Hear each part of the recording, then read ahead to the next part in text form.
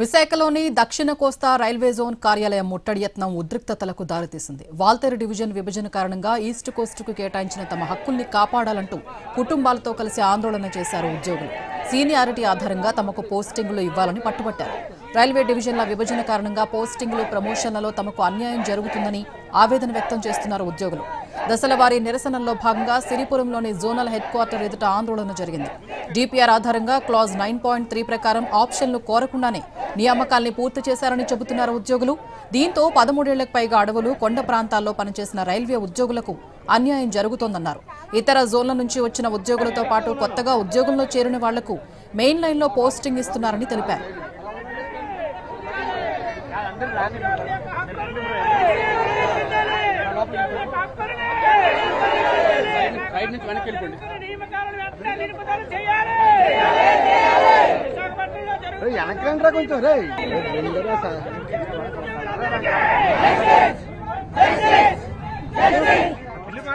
All India loco running staff association Visakhapatnam division secretary.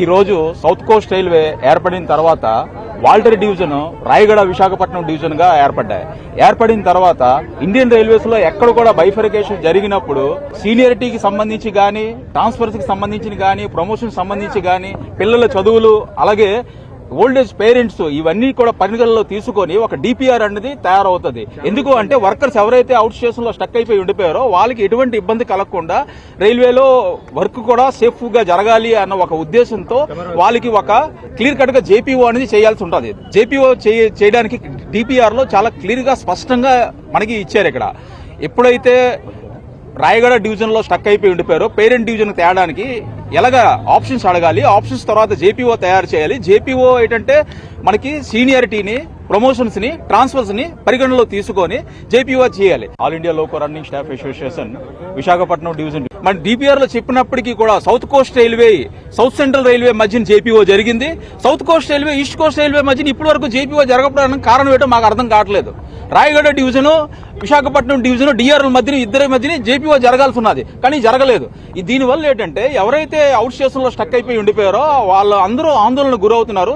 Recent గా ఏంటంటే అన్ని డిపార్ట్మెంట్ల ద్వారా మేము డిఆర్ఎం కి రిప్రజెంటేషన్ ఇవ్వడం జరిగింది, జీఎం కి రిప్రజెంటేషన్ ఇవ్వడం జరిగింది, అలాగే ప్రతి యూనియన్లు కూడా తమ పరిధిలో రిప్రజెంటేషన్ ఇవ్వడం జరిగింది.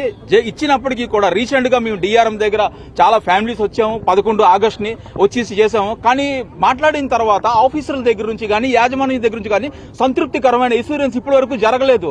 దానివల్ల ఈ రోజు ఇక్కడ ఒక పీస్ఫుల్ నిరసన అనేది ప్రదర్శించడానికి వర్కర్లందరూ ఇచ్చేసి దీనికి మేము all India loco running staff association తరపున సంఘీభావం తెలుపుతున్నాం. అలాగే south coast railway employees union నుంచి కూడా మేము దీన్ని ముఖ్యంగా మా డిమాండ్స్ ఏంటంటే మనకి డిపిఆర్ లో ఉన్న ప్రకారంగా సీనియారిటీని, ప్రమోషన్స్ ని